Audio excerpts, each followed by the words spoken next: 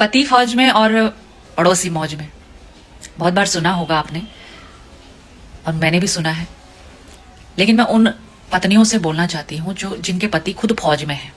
बुरा बहुत लगता है, लेकिन शायद तुमको इतनी समझ नहीं है कि फौज में जब कोई भी आम इंसान, हम आम इंसान है, लेकिन एक फौजी उस ईश्वर के समान है जो इतनी तपस्या के बाद उस फौज में जाता है और उसी ईश्वर के समान हमारी रक्षा कर रहा है।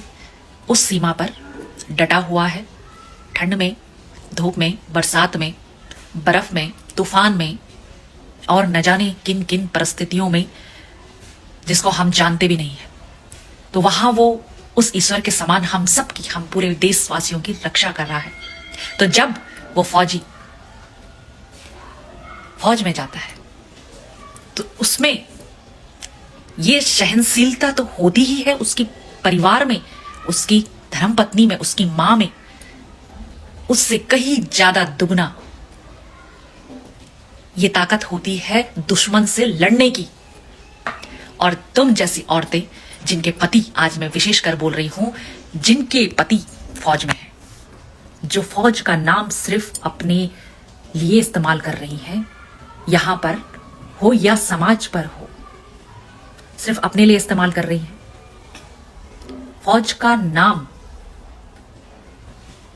कोई भी इस तरीके से उछालेगा, कोई आवश्यकता नहीं है तुमको कि तुम फौज के नाम को, फौजियों को इस तरीके से अपने प्रॉफिट के लिए उनके नाम का इस्तेमाल करो। चाहे वो किसी की बेटी हो, चाहे वो पत्नी हो, चाहे वो बहन हो, मैं ये बिल्कुल बर्दाश्त नहीं करूंगी। ये अपमान है। और ये उस पत्नी को पता होगा जो पत्नी समाज में रहती है और उन दुश्मनों के बीच में रहती है जो ऐसे ताने मारते हैं। क्या ये पहला ताना है जिससे तुम बौखला रही हो? शर्म आनी चाहिए तुमको, तुम जैसी औरतों को जो फौजी का इस्तेमाल कर रही है अपना पति फौज में होने के बावजूद, अपने पिताजी की फौज में होने के बावजूद तुम लोग ऐसे तमाशा बना रहे हो। तुम सबसे बड़े दुश्मन हो।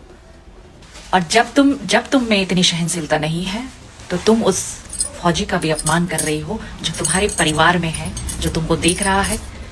और अफसोस कि बेचारा वो फौजी अपना नाम इस तरीके से रोशन करते हुए तो बिल्कुल भी नहीं देखना चाहता होगा, जिस सीना तान के वो फौज में रहता है, उस चोटी पर रहता है।